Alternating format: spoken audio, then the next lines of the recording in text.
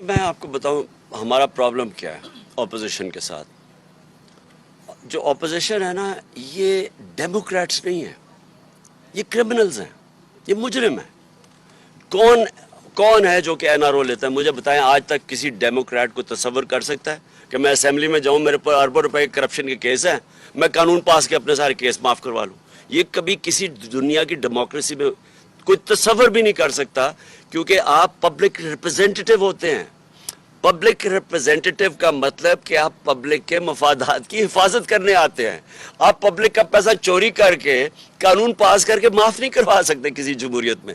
تو میں پہلے دن سے یہ گواہ ہیں میرے کولیگز, میں ان کو کہتا رہا کہ ان کو ڈیموکریٹ نہ سمجھو, یہ مجرم ہیں. یہ میں 30 سال سے ان کو جانتا ہوں کہ انہوں نے کس طرح دونوں ہاتھوں سے ملک کو لوٹا ہے, اور ان سے ڈائلاگ آپ جتنا بھی کریں گے وہ آ کے پھنس جائے گا کہ جی ہمیں این آر او دے دو.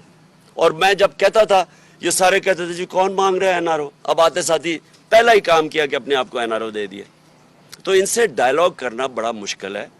ڈائلاگ آپ ان سے کرتے ہیں, مثلا بلوچ نیشنلسٹ ہیں, سندھی نیشنلسٹ ہیں, آپ ان سب سے ڈائلاگ کرتے ہیں, کیونکہ پولیٹکس کے اندر ڈائلاگ کر کے آپ کنسنسس ڈیولپ کرتے ہیں. لیکن جو چور ہیں ان سے آپ کیسے ڈائلاگ کریں گے؟ وہ کہے گا میری چوری معاف کر دو. آپ اس کی چوری معاف کرتے ہیں, آپ ملک کو تباہ کر دیتے ہیں. ملک کے اندر میں اپنے نبی صلی اللہ علیہ وسلم کی اس لیے مثال دیتا ہوں کہ وہ سب سے عظیم لیڈر تھے. ان کو نے فتح مکہ کے بعد سب کو معاف کر دیا, یعنی جنہوں نے ظلم کیا, تشدد کیا, سب کچھ کیا, ان کو معاف کر دیا. لیکن جب انہوں نے کہا ایک قریش کی لڑکی نے چوری کیا معاف کر دو, انہوں نے کہا میری بیٹی بھی چوری کرے گا تو میں نہیں معاف کروں گا. چوری کو جب آپ معاف کرتے ہیں معاشرہ تباہ کر دیتے ہیں. آپ کو چوری, اس کا مطلب کہ چوری بری چیز ہی نہیں ہے.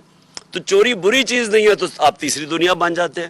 ساری ڈیولپنگ ورلڈ کے اندر اسی طرح کے لوگ بیٹھے ہوئے ملک کو چوری کر کے پیسہ باہر لے کے جا رہے ہیں, اس لیے وہ ملک غریب ہے. جی شیراز احمد شرازی, نیو ٹی وہ وی آئے سے گی نہیں سوال ٹی ہے وی میرا. پہ. سر Shiraz Ahmad شرازی, new T V سے سوال میرا یہ کہ کل کے ضمن انتخابات میں پی ٹی آئی کی جیت اداروں کے کردار کو کہاں دیکھتے ہیں خان صاحب؟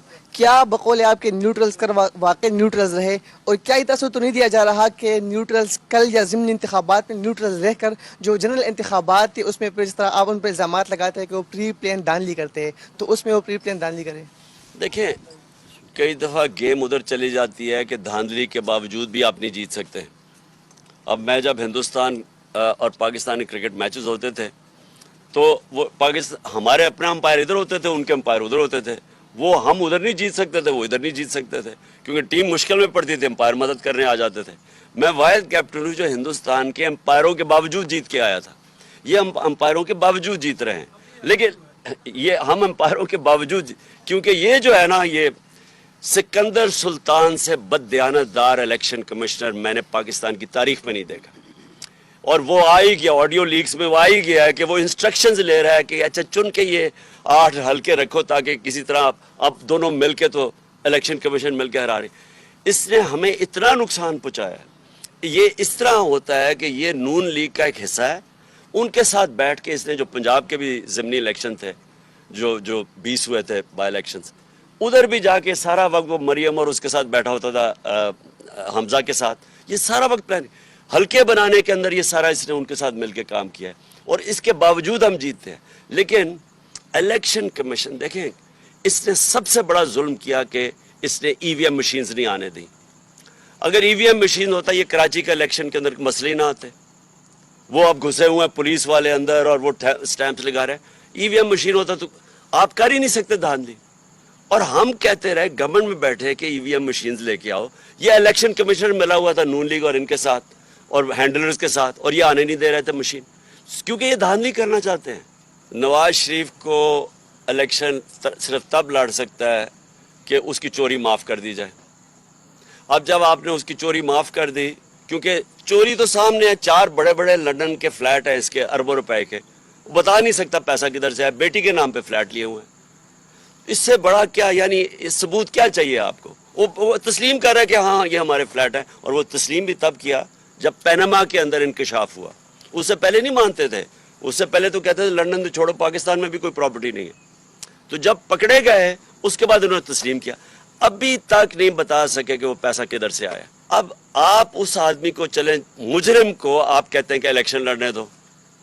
میرا تو پورا دل ہے, کیوں دیکھیں میں تو ایک سپورٹس مین رہ چکا ہوں, میں تو کمزور ٹیموں سے کھیلتا ہی میرا دل ہی نہیں کرتا تھا. میں شاید واحد کیپٹن تھا جب کمزور ٹیم آتی میں کسی اور کو کھلاؤں.